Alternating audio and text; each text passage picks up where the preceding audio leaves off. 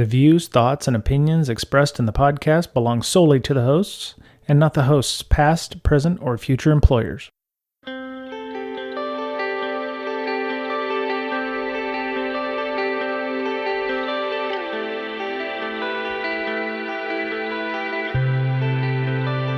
Hello, everybody. Welcome back. It's Brian, Miss Berlin, and Mr. Betcher for Breaking Down Security.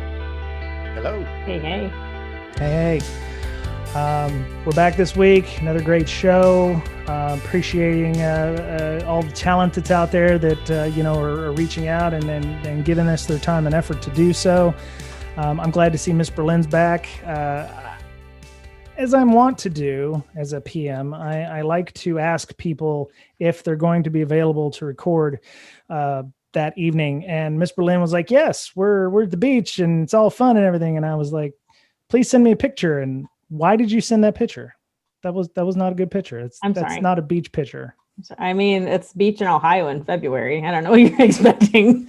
Well, what do you do at the beach on? So I moved near the beach, so I'm going to take advantage of it whenever I can. And we had it to ourselves.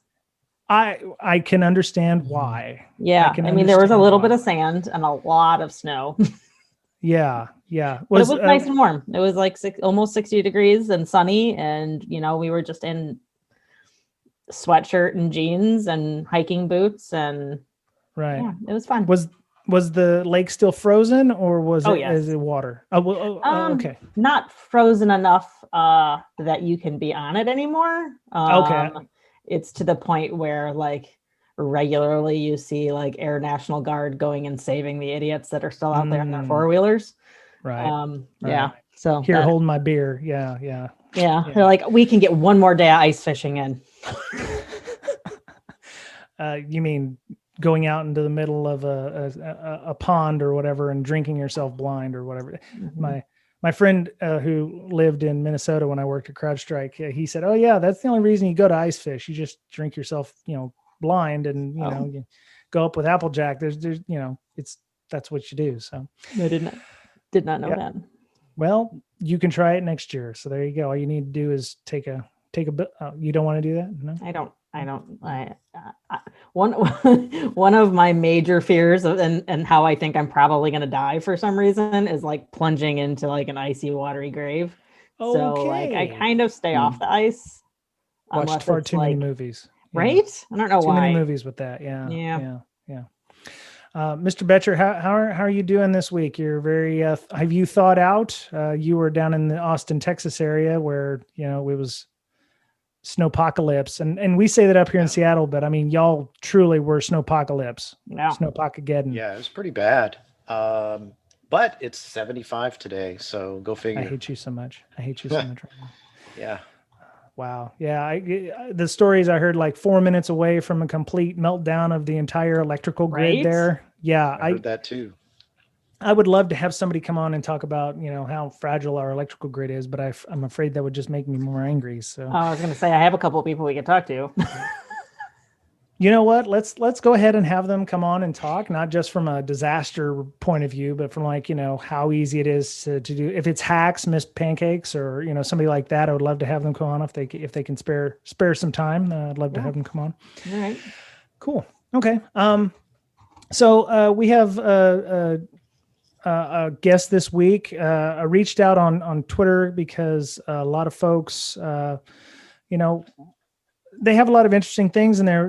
Had an interesting post about Android application, reverse engineering, and analysis, and wanted to have her on. And I'd like to welcome Jasmine to the show. Jasmine, thank you for coming on the show. Oh, thank you for inviting me. Yeah. So, your message on Twitter, it was like, oh, okay. And the invite to the podcast, I was like, oh, this is kind of interesting because I know one of my Twitter followers, Omi, and I might be pronouncing his handle wrong. He was, because I did a workshop at Blacks in Cybersecurity earlier this month. And he was in attendance, and he was like, "Oh wow, I really enjoyed your talk." And I was like, "Okay, that's really good." So, that's always the goal, is for people to enjoy my workshops and to learn new things. Okay, very cool. Yeah. Are you planning on giving those workshops again in the future? We can definitely mention those to everybody. So usually I do it on an ad hoc basis. I also I had a YouTube channel for about a year now, but it was just dormant. So I was like, you know what? I'm going to actually start posting videos on my YouTube channel. So I did it today of actually part of the workshop that I did earlier this month. So I'm going to try to build up my YouTube following, and I'm always interested in critique and, feedback, constructive feedback. I should preface with that, and to make it better. Very cool. Okay, so let's back up a little bit. I think I got ahead of myself. Yeah. Tell everybody about yourself. A little bit Mhm. about background, your superhero origin story, how you got to where you're at. Yeah. And, yeah. Let's go ahead and talk about that first. Okay, yeah, sure. So I'm originally from the Bay Area. I'm a Bay Area native. I'm from Berkeley, California. I Nice. currently reside in Charlotte, North Carolina. I moved here. It'll be 12 years in August to attend graduate school, University of North Carolina at Charlotte. Graduated in 2011 with a master's in computer science, a graduate certificate in information security and privacy.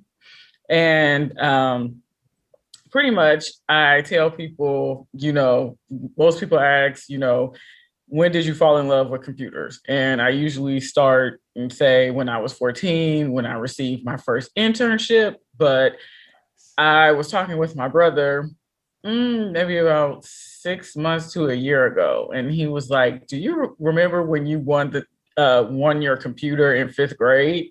And I was like, what are you talking about? And he's like, you don't remember winning a computer in 5th grade? He was like, it was some contest or something, I forgot now, but he was like, yeah, you won a computer. And I was like, I totally forgot that. And it was just like, wow. So in my mind, it started off at 14, but it was when I was in the 5th grade. Very And cool.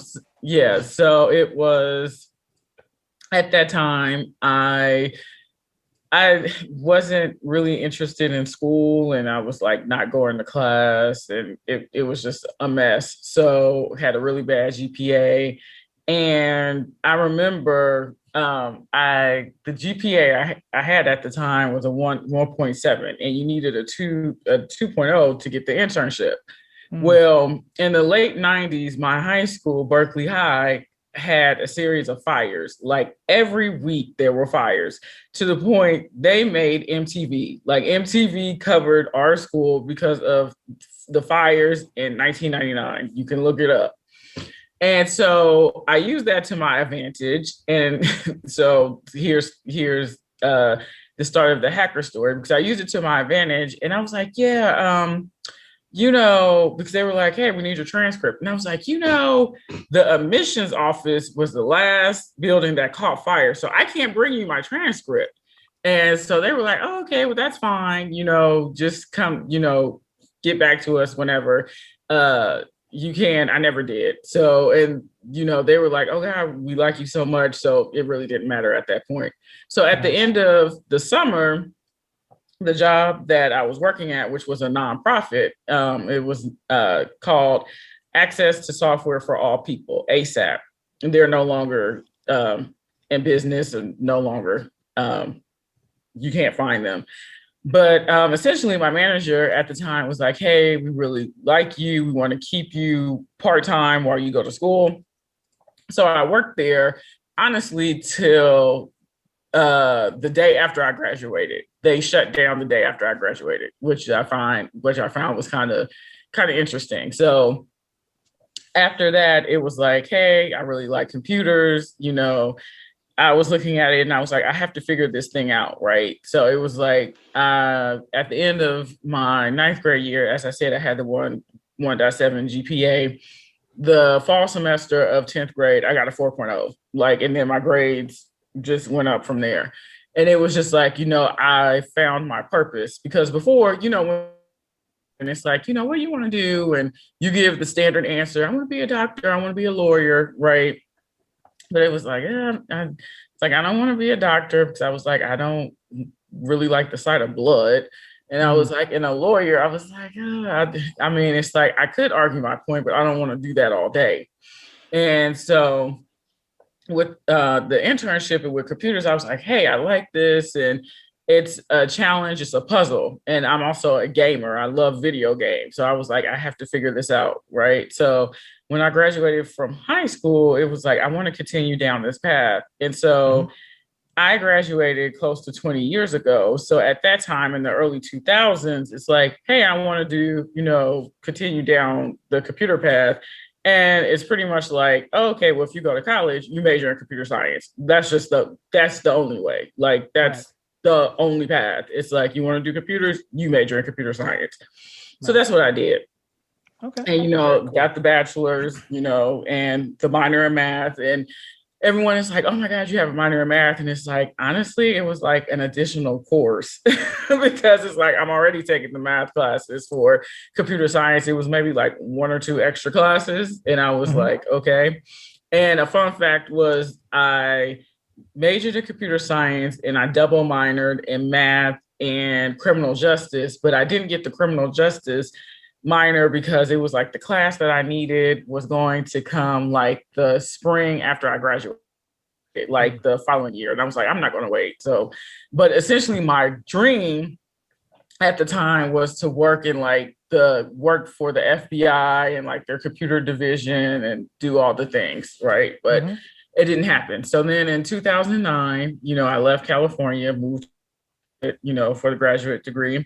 And then once I graduated, I started working for an investment firm in Charlotte doing programming. And I realized very early on, I could not do this for the rest of my life. I didn't like it. I hated it. And it was just like, even in college, I was just like, because everyone, most people were like, oh my God, programming. And I'm like, yeah, I can really take or leave this. And it was just, people would look at me like I had 3 heads because I was like, I don't really want to do this, right? So while I was a programmer, I also did moonlighting as a QA. And when I did that, I found all the bugs. And it was just like, to the point that my coworkers didn't want me to test their code because they were like, you're going to find something. Right. We can't get over. So then I was like, I always loved security because I'm going to date myself. In the late 90s, early 2000s, I stumbled upon a Yahoo group on cryptography. And I was like, oh, wow, this is cool, where, you can have a message and you could do like this algorithm and turn it into gibberish and then turn it back. And then at one point, the minor in math came in because I was like, on the ledge of like, do I want to be a crypto analyst? Do I want to go into this? And I was like, yeah, no, I don't think I want to do this, forever.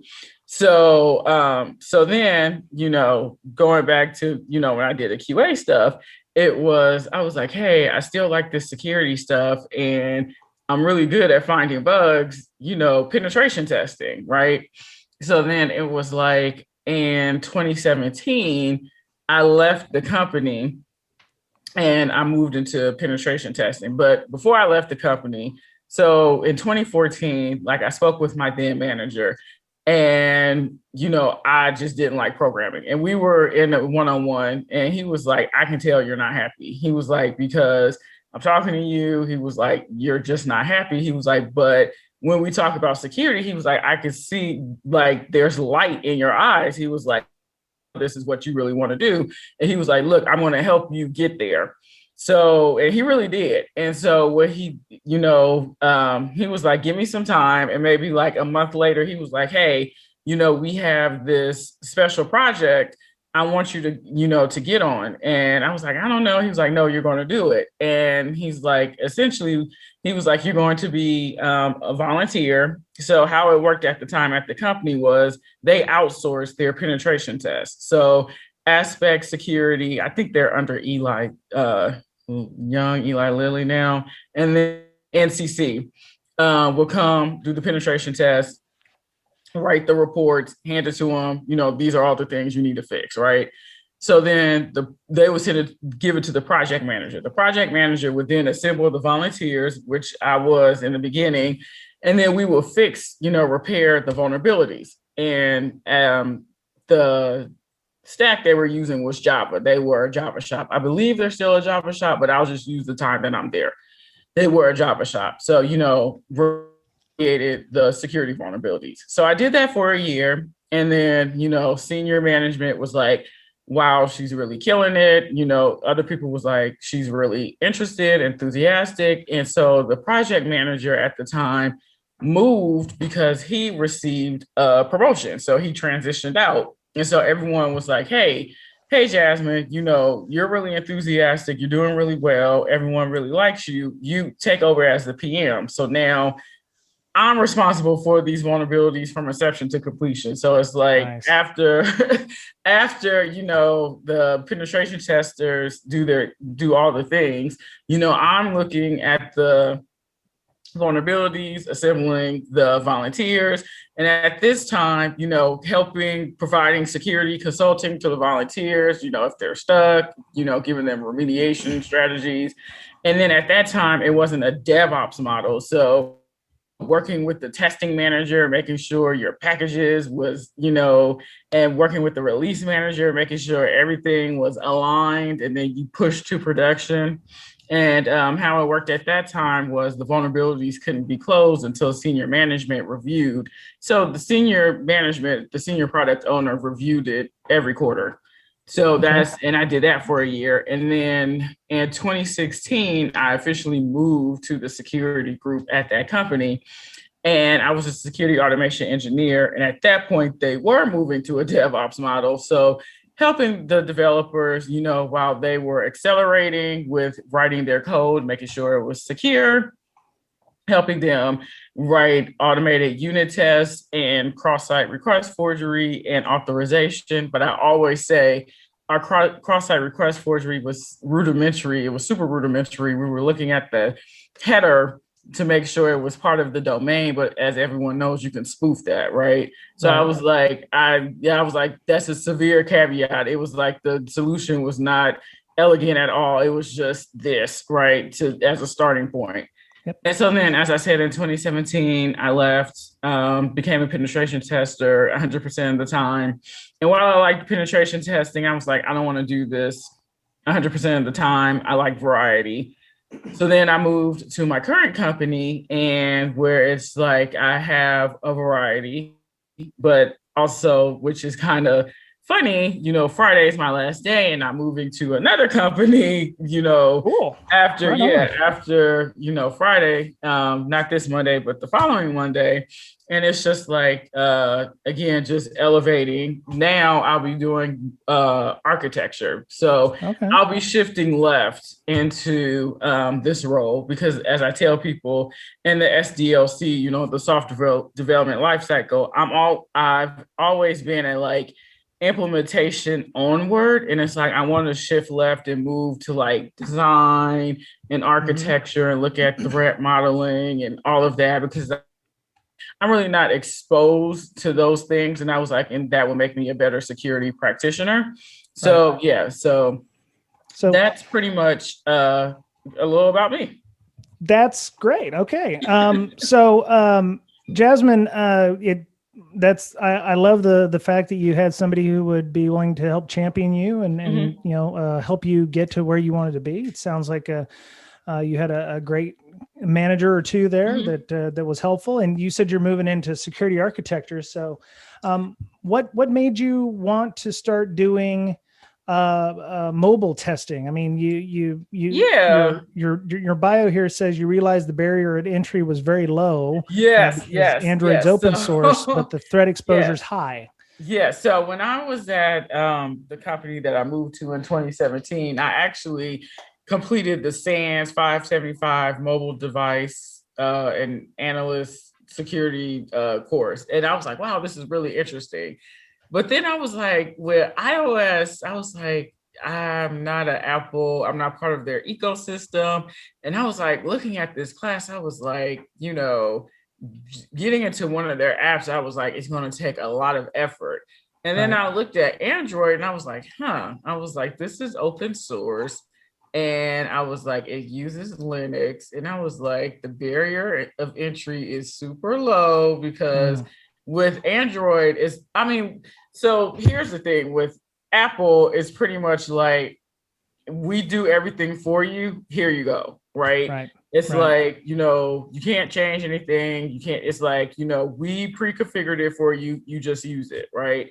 And with Android, it's pretty much like it's fragmented. So it's like you might have one phone, a Pixel, that is not the same as a Galaxy, right? Depending on, configurations and everything like that. So I was like, I was like, the ecosystem here is not the best. I was like, I could probably exploit these phones better, in less time. Also, I'm interested in bug bounties. And I noticed looking at the payouts, I was like, I was like, the web payouts were good. I was like, but these mobile payouts are more. And so I used that as a challenge to learn, because it was like the class, but it was like I really didn't have any hands-on. So I used the emulator, and I was like, hey, I'm going to learn this. And that's what I did. Okay. So you work at companies that allow for you to be able to do bug bounties? I know a lot of pen testing firms don't allow people to do bug bounties. So I'm not, so I don't work at a pen testing firm anymore. And that was kind of one of the reasons. And I'm still fairly new in like my bug bounty journey. I would say I'm very much a novice, but yeah. But I'm not, that was actually one of the reasons why I'm not at a pen testing firm, because kind of like the gray line of like what you can do and what you can't do. Sure. That makes sense. Mr. Betcher, did you have any particular question you'd like to start out by asking? Nothing yet. Okay. I was just wondering, like, what are some of the favorite things that you've learned, like jumping into the mobile pen testing stuff? Yeah, so I'm like one of my the strength builders. Like top 3 for me is learner, right? So I love learning. So it's just the journey for me. Like I knew it was like, okay, I have this phone, this Android phone. So the thing, one of the things that I loved was to actually like, learn the different components of an Android app. What are some of the mandatory things that you need? Decompiling an Android app, reverse engineering an Android app, seeing it in person, actually doing it. I'm also a kinesthetic learner. So it's like, so I learn by doing. So it's like actually seeing, and it's like, oh, wow, this works. And, just the journey, I would say that. Very cool. Yeah, because I mean, I know nothing about it. Like, I've wiped and put custom stuff on some Android phones, but that was very painful for me. Yeah. That's why I prefer to just like say heck with it. Now I just have Apple devices. Right. That's my easy button. I always enjoyed rooting my phones, because then, if you worked for a corporate entity that forced you to put their mobile devices or their email or something on your phone, telling them it was rooted was, oh, you can't put it on your phone. So I was like, oh, that's a problem. Oh, yeah. Darn. You'll have to give me a phone then, or I'm not going to be able to, have 24/7 access to my Slacks and my emails and stuff. Yeah. And even with that, because again, going back to the company I moved to in 2017, they actually gave me a phone, but most times I just had the phone. I had it off. So it was just like, oh, okay. Even if you wanted to reach me, you couldn't. And it was what's really funny was it was an iOS phone. It was an Apple phone. I thought that was funny. Yeah. I got around it at CrowdStrike by using an iPod Touch, because the only thing I needed it for was Octopush or 2-factor, and I didn't need the phone portion. I just needed data. So yeah, I just installed Okta on some old POS iPod Touch and used it until it didn't update anymore. So cool. All right. So what are you doing there, Mr. Betcher? You're highlighted the whole page. What's up? The cat. Oh, it's the cat. He's cat typing. Okay. So I have 2. I had a boy and a girl. They're twins. Yeah, and I remember I was at work and one of my coworkers were like, Jasmine, are you having a stroke? And I was like, what are you talking about? They're like, yeah, look up. They're like, we assumed it was your cats, but yeah, I was like, oh yeah, that was them. I was like, I'm so sorry. It was just like gibberish. I was like, yeah, that wasn't me. It's easier to blame the cats when you fall asleep or something, you know, work, Yeah. and you're like, you know, oh, space. And you're like, no, that was my Right. cats. I didn't fall asleep. I didn't fall asleep. I didn't Totally. fall asleep. It's totally the cats. So, you know, we're talking about, you know, Android applications. You know, you said everything is open source and somewhat free. What is it? If I wanted to get into reverse engineering apps, what are some of the some of the prerequisites that I need? I mean, do I need a computer? Do I need a handset? So you know, what kind of software we're looking at? Yeah, so I would say yes, you would have a computer. I actually created a virtual machine that is, so I'll shout out another virtual machine, Android Tamer. So I started the mobile journey in like 2019. So Okay. I was like, okay, I'm gonna do a mobile workshop at Diana Initiative. That is a conference during DEF CON. Right. And I was like, okay, I need a mobile virtual machine because I was like, I don't want to download all of these tools because as it stands now, when you do Android hacking, you have to download all the tools that you want, right? And you can download the tools and then sometimes they're not compatible with each other. And I was like, oh, I found this Android Tamer virtual machine. And I was like, but wait, it doesn't work. And so I contacted the creator on Twitter and he was like, yeah, he was like, this is like 4 years old. And he was like, I would not use that if I were you. And I was like, I have a mobile workshop in like 6 weeks. And he was like, no, I can tell you how to create your own. And I was like, oh, really? And he was so sweet. And he like really like I was like, oh my God, I was like, these questions are so stupid. And he was like, no, you're fine. And I was like, okay. And he really guided me. And so the first version of my virtual machine, intro to Android security virtual machine, I set it to 15 gigabytes. And I realized really quickly, I severely underestimated the size that I needed because it was like, yeah, when I tried to update, it was like, yeah, you're out of memory. Right. And so I was like, crap. And so I was like, well, let me see if I can,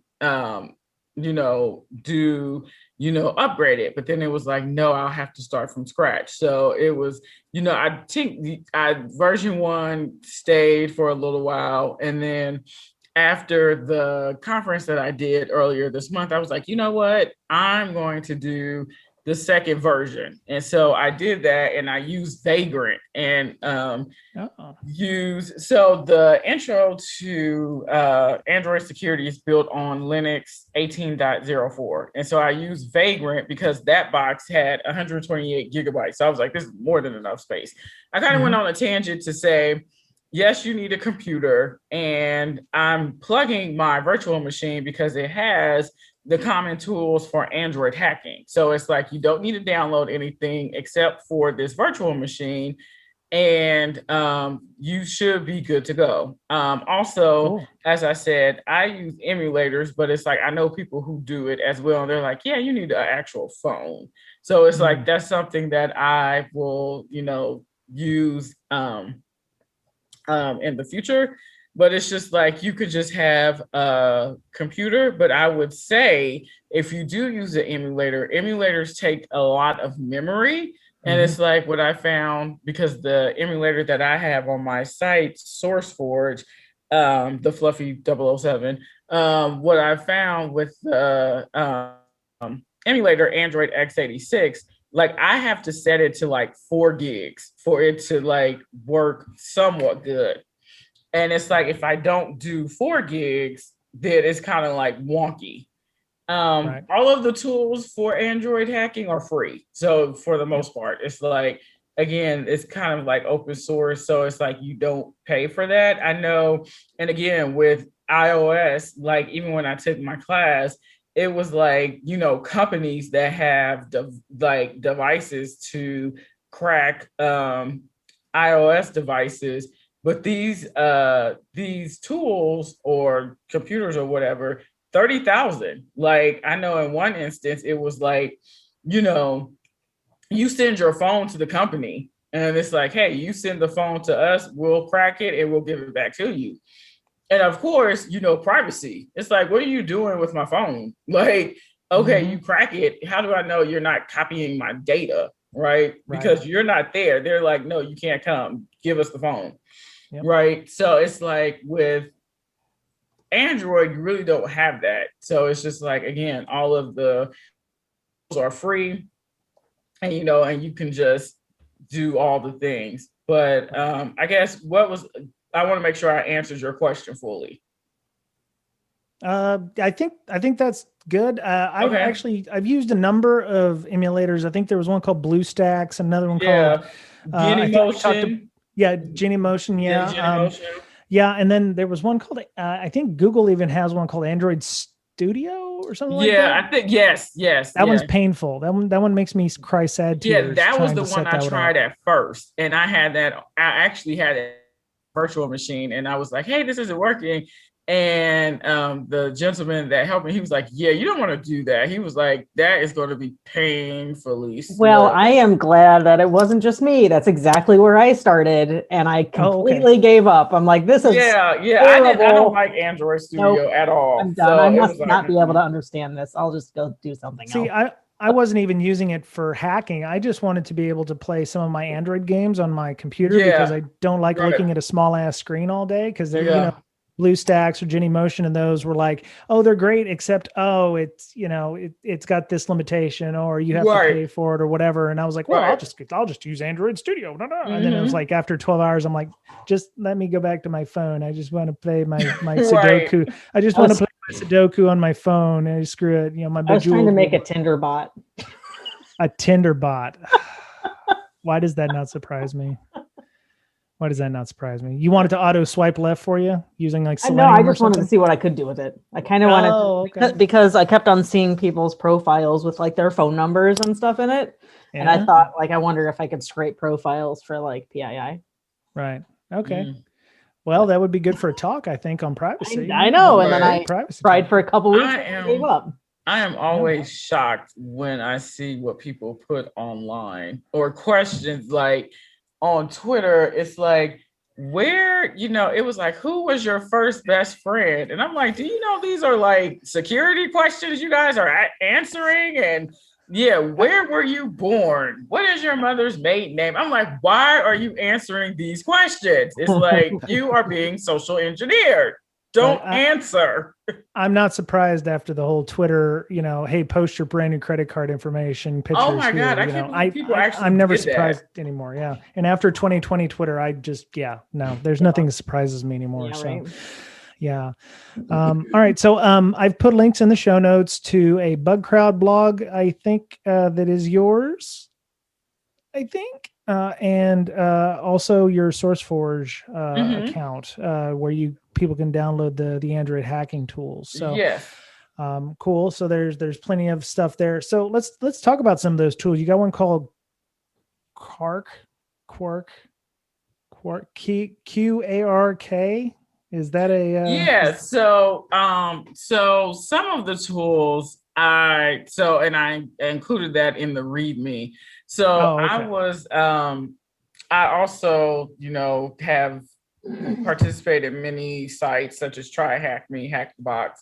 And with Try Hack Me, it was an Android room that someone created, StuNet, on Try Hack Me. And I saw tools that I'd never seen before, like Quark, Mara framework. And I was like, hey, I want to add these. So those tools are like more so automation tools, like you pass in the APK, which is the Android package or the Android application. And then it's like as like a scanning of looking for, you know, all of the security vulnerabilities from like the OWASP top 10 for mobile, right? So it's like, if you're in a pinch, you can use those to kind of get a depth of like where you are. And then you can use that to kind of guide your research. Okay. When you took the 575 course, or was it 575? Yeah, it was 575. Yeah. Okay. Who were your instructors? Was it Heather and them, or was it somebody else? Oh God, I can't think who my instructor Heather was now. Mihalik is I think helped write some of that. I could be wrong, but she's, I think it was a gentleman who did it, if I'm not mistaken. All yeah. Right. No, that's cool. I just Joshua. I want to possibly say Joshua Wright, but I'm not. Oh, okay. Yeah, I think it was him, but I'm not 100%. Right. Okay. So when you're analyzing Android applications, what are some of the things that you these are pre-compiled, they're in a marketplace, you download them, they're running on your mobile device, or in this case an emulator.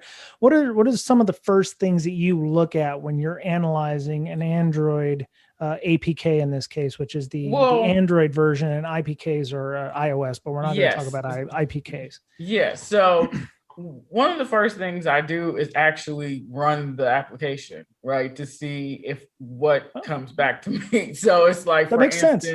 Yeah. So for instance, if I run the application and I receive an error and I can't go any further, then that kind of gives me a starting point when I reverse engineer the app using JetX, and they have a command line and a GUI version. So I've used the GUI because I like clicking and everything like that. So that's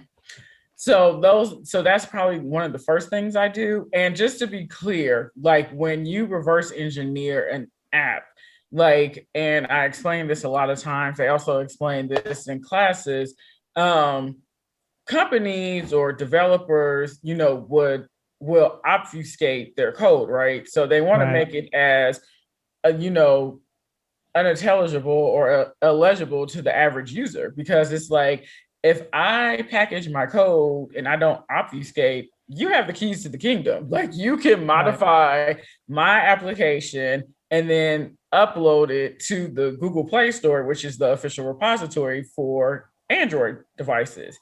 And I also, when I do my mobile workshops, I provide case studies of like, hey, there were case studies done where, popular apps, people were downloading counterfeit versions from the official repository, from the official Google store.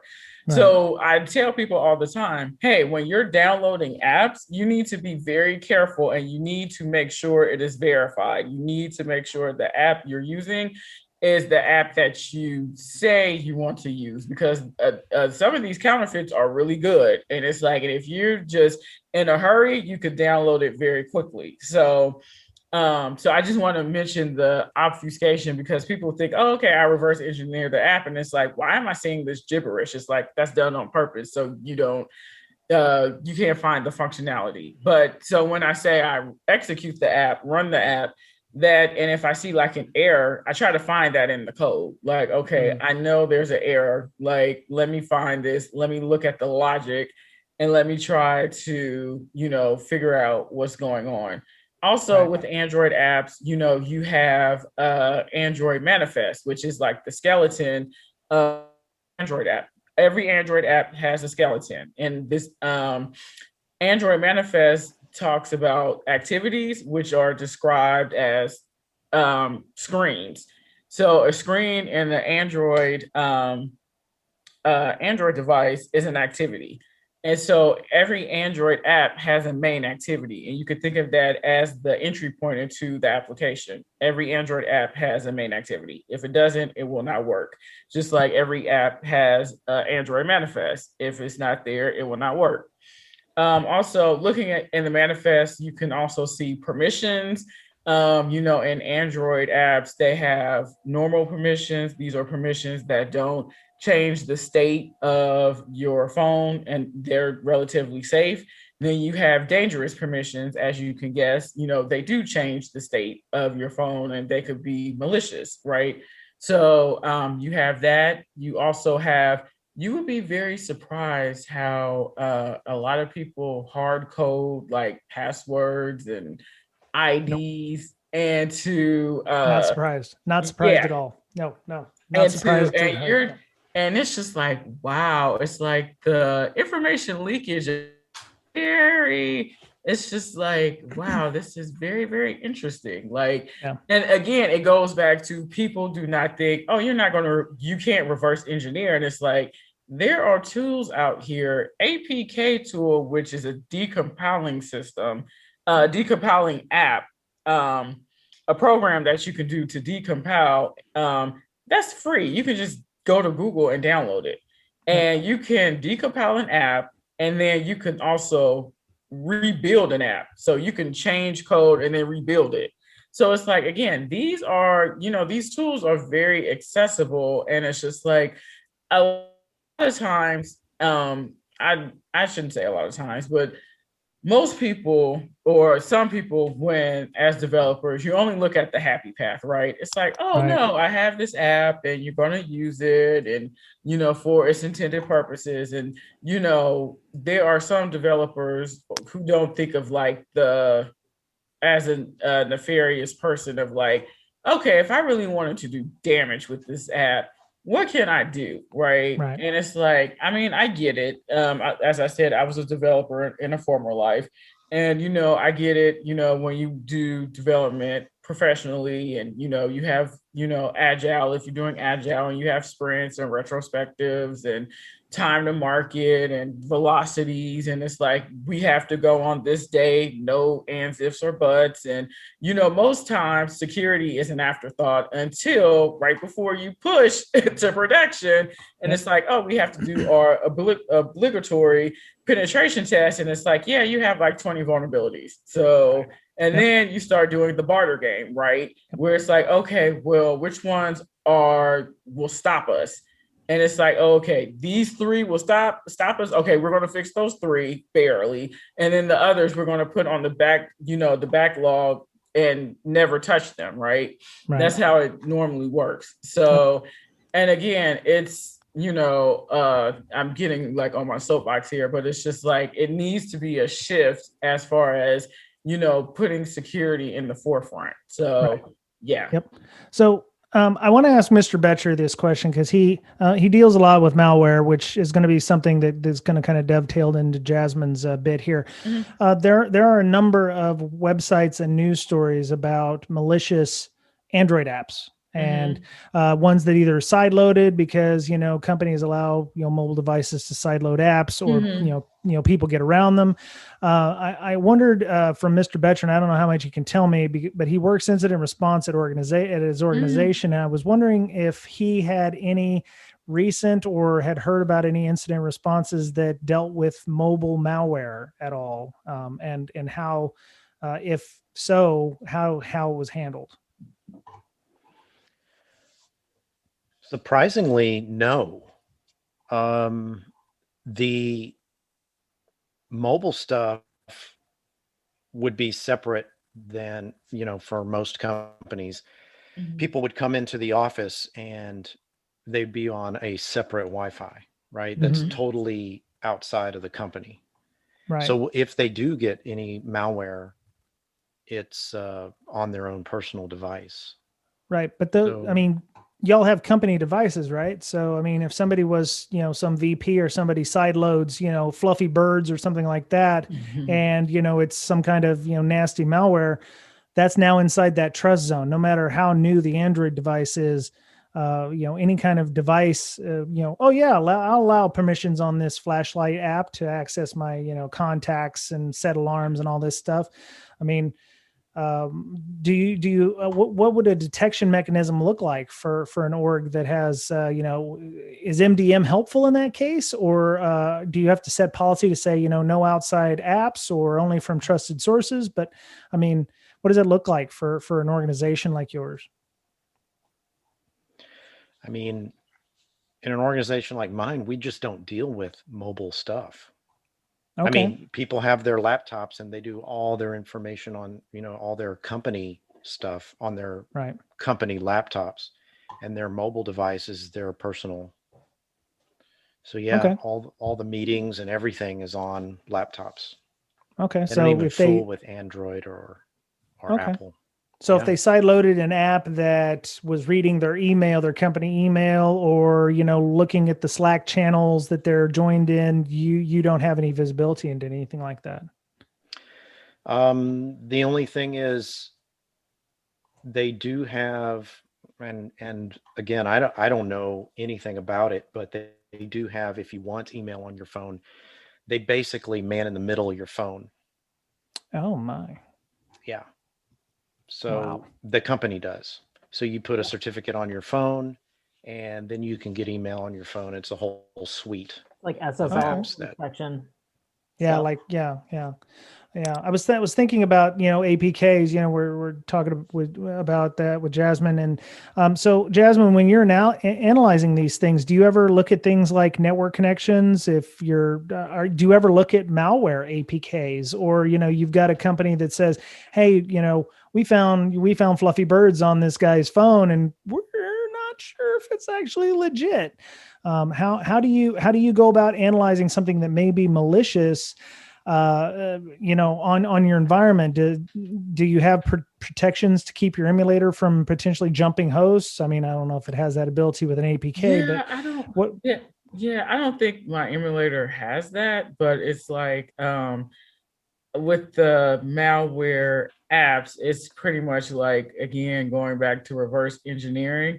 It's once you start looking at the functionality of the app, you can kind of tell pretty quickly. Like, for instance, if I see like, hey, you know, we're doing SMS, you know, texting, you know, SMS, which is like texting, you know, we're sending these alerts, but we're charging you $1 to send them. It's kind of like, something's not right here, right? Right. So it's, you know, again, it just goes back to the functionality. But going back to what was discussed earlier, like, I know at one of my companies, like I said, they gave us an Apple phone, and it was pretty much like you couldn't download anything. They had a trusted sandbox, and it was like, and if the app is not part of this sandbox or these approved apps, you couldn't download. It would just automatically fail. And I know that's a lot of times that's what companies do. It's just kind of an accepted list.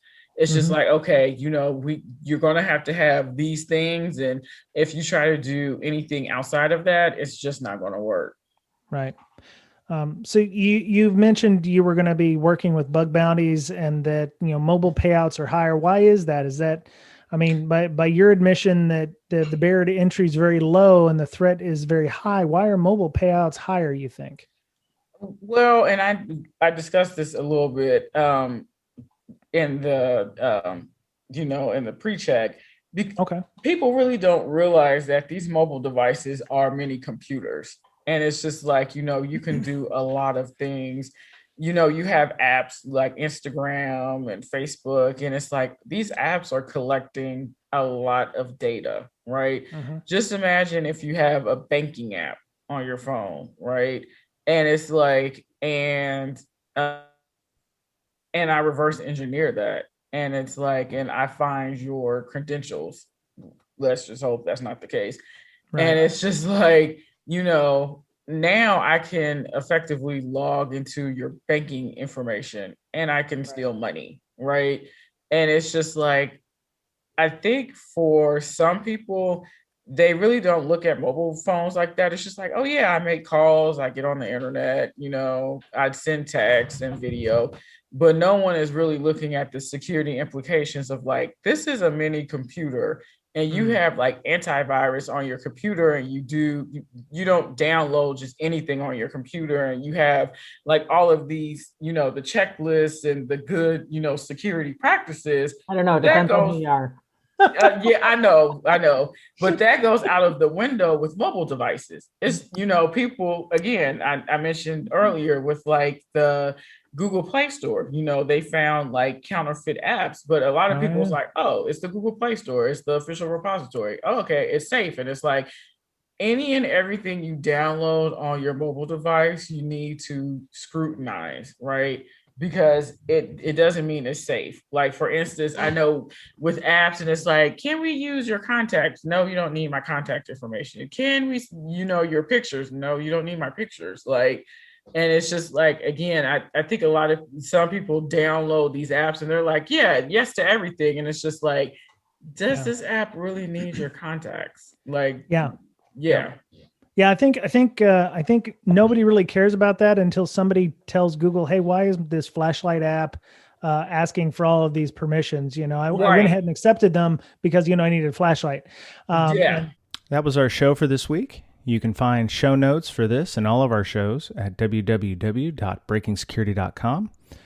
You can also find an RSS link on the site to add to your favorite podcatcher. You can find all of us on Twitter. Miss Berlin can be found at InfoSyster, INFOSYSTIR. Mr. Betcher can be found at BetcherPwned, BOETTCHERPWNED. And you can follow me on Twitter at Brian Brake, BRYANBRAKE. We have a Slack. Come join us on our Slack.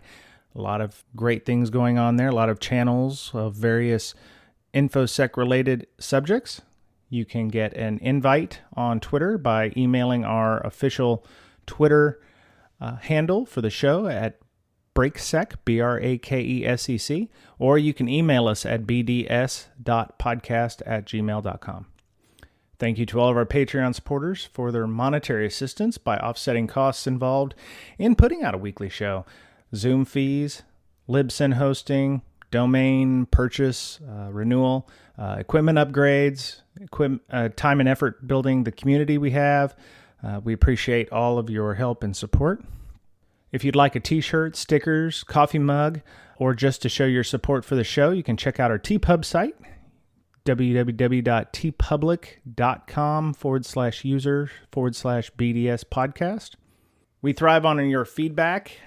A quick 5-star comment on iTunes or Google Play Store or your favorite streaming service, Spotify, Pandora, what have you, go a long way to gaining us additional visibility. It takes no time at all, and we appreciate your help in spreading the word. That was it for Breaking Down Security this week. Be safe, be well, be kind to one another, take care of yourself because you're the only you have, and we'll talk to you again soon.